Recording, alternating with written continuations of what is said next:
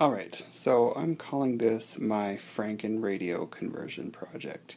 So as you can see, I have an old floor model type radio.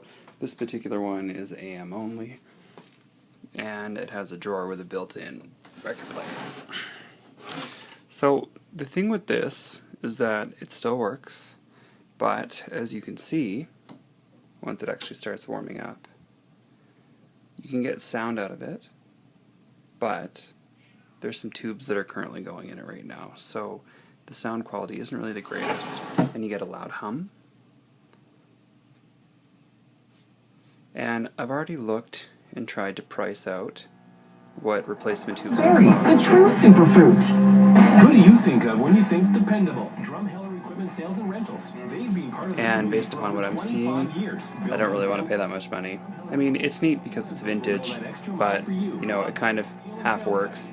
Also, too, I don't really have a great interest in AM radio. So what I'm going to do at this point is I'm going to take this and I'm going to convert it into something that's a little bit more modern, a little bit more usable. So, you know, of course, in order to preserve and keep everything intact, I'm not going to be removing a lot of pieces except for maybe the main speaker, but really what I want to do with this is I want to turn it into something that I can plug an iPod into that gives me the vintage look that's kind of cool, but has the sound quality of today. So you can have kind of a neat piece of furniture, but with some rockin' sound. Trying to get drugs, or that so this is it, playing the actual radio right now, but I don't know if you can hear this hum or not. But I believe it's due to one of the tubes anyway, because one of them looks partially busted, and when I priced it out to replace it was about $200. So while I think that this is pretty neat, you know, I'm going to modernize it, but I'm also going to try to preserve what's in it as well. You know, just in case I ever decide that I change my mind and want to revert it back. You know, also too, so I don't have any audio purists freak out at me for destroying a perfectly old, good tube radio. So based upon that, what I'm going to be doing in order to make this something that's a little bit more usable is I'm going to be going in and taking out the record player that's in here. And when I say taking out, basically just disconnecting it and putting it aside so that if I want to put it back in, and you can probably see here when I lift it up, there's kind of space underneath that, so I'm going to be putting a board over the hole to cover it, and what we're going to put in there is basically a connection for an iPod or some other digital audio device. And then for modernizing the sound, what I'm going to be doing is also with the speaker, I'm going to be taking out the speaker itself and putting it aside, and I'll be putting a subwoofer in this chamber actually. What I'm going to be doing, as you can see on the left and right here, we have some chambers which were used for storing records originally. So I have a pair of computer speakers, and when you put them inside, you can actually put them to the back, and they're pretty well concealed from view, but they give you that stereo left and right sound, and you'll also get the subwoofer in there as well. So really, with doing this Frankenradio conversion, I'm not really destroying anything. I'm just kind of taking some of the pieces and putting them aside, and if I decide I wanted to revert it to its original state, it's going to be pretty easy to do. And then I can also have a cool piece of furniture that plays modern music. Well, not modern music, but plays music and it sounds actually, you know, good, not just the old kind of buzzy AM broken tube radio that we're experiencing right now. Alright, so fast forward to now, what I've actually done is I changed my mind on a few different things based upon what I said in the previous video clip.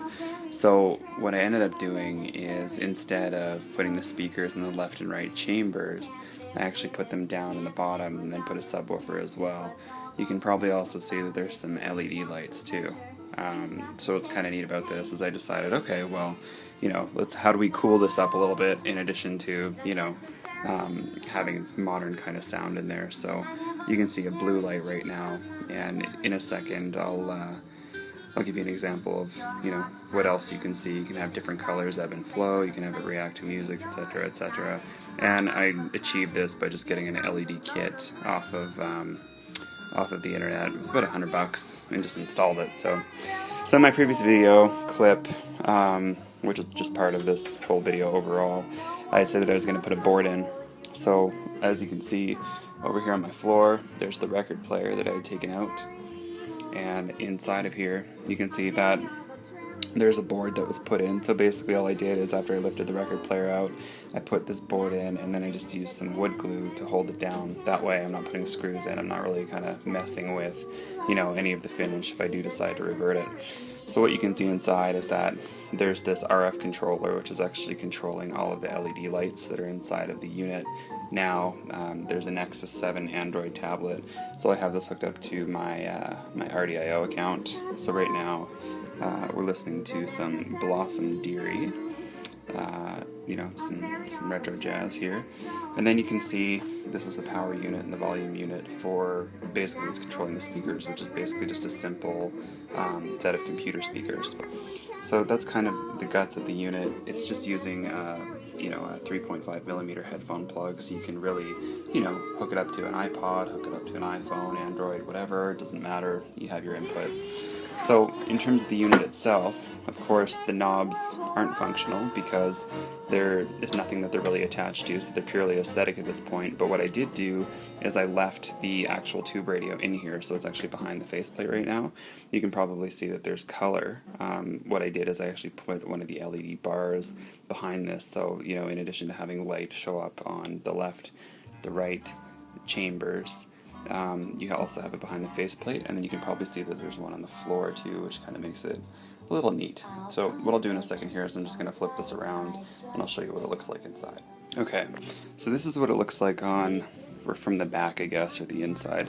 So if we look in behind, you can probably see this is the old tube radio piece here, and so all that I've done basically is just taken the connections, they've been cut to the actual turntable and the speakers, or the speaker rather, which is actually incidentally just sitting over here, and it's mono. So that's all sitting in there still, but you can see this white wire that's coming out, and what that is one of the LED bars I was telling you about that I put behind the faceplate, which kind of gives it that ebb and flow, right? If you look down on the inside here, this unit's actually always been open in the back, so you can see that down on the inside, that's what I showed just a minute ago here, where it's basically just the Android tablet. This is the RF controller and the speakers. So when we pull back a little bit here, you can see this white stuff. The wires are kind of going into these chambers, so it's a bit of a hot mess from a wiring perspective, but it's kind of all concealed behind the scenes. And this actually is hooked up to the LED controller, which gives you the lights. So you see 4 kind of outputs from there, which are basically just going to each of the different units. So in order to do this, I basically just open up these back panels, and I used glue again to put the LED strips up on the inside of these chambers so they're concealed, but you still get the light, and then that way I'm not really damaging or messing anything up. So the only kind of mildly invasive thing that I did is that when we get down to the speakers, which is inside here, you can see that it is just a pair of computer speakers. Right here it's just the subwoofer. And what I've done is I've used some brackets to screw it on and hold it on the inside, so it's there in the unit, and that basically just keeps it solid.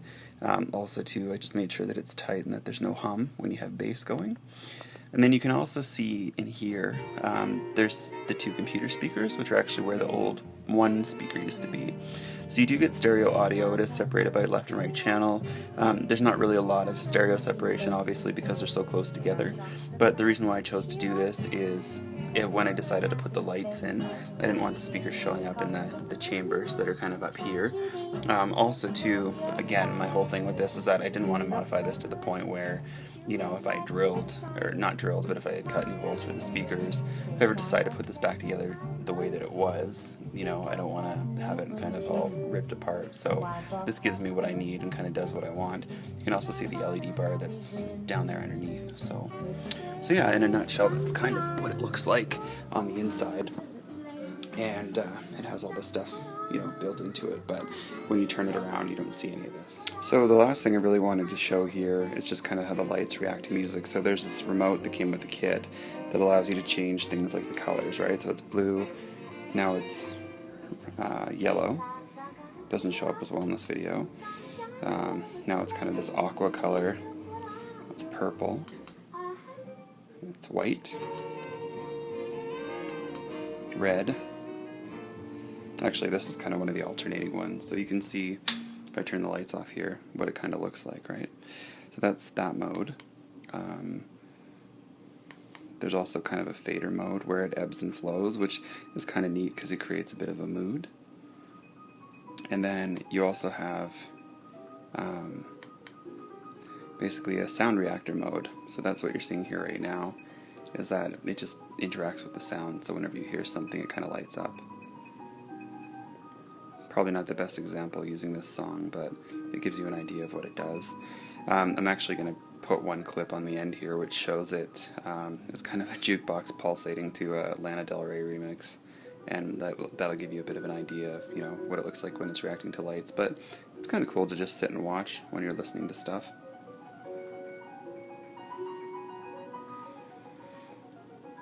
But anyway, so this is the Frankenradio project. Let me know what you think, and if you need any info on the parts that were ordered or kind of how this was done, just give me a shout in the comments. Here comes that Lana Del Rey dance music clip.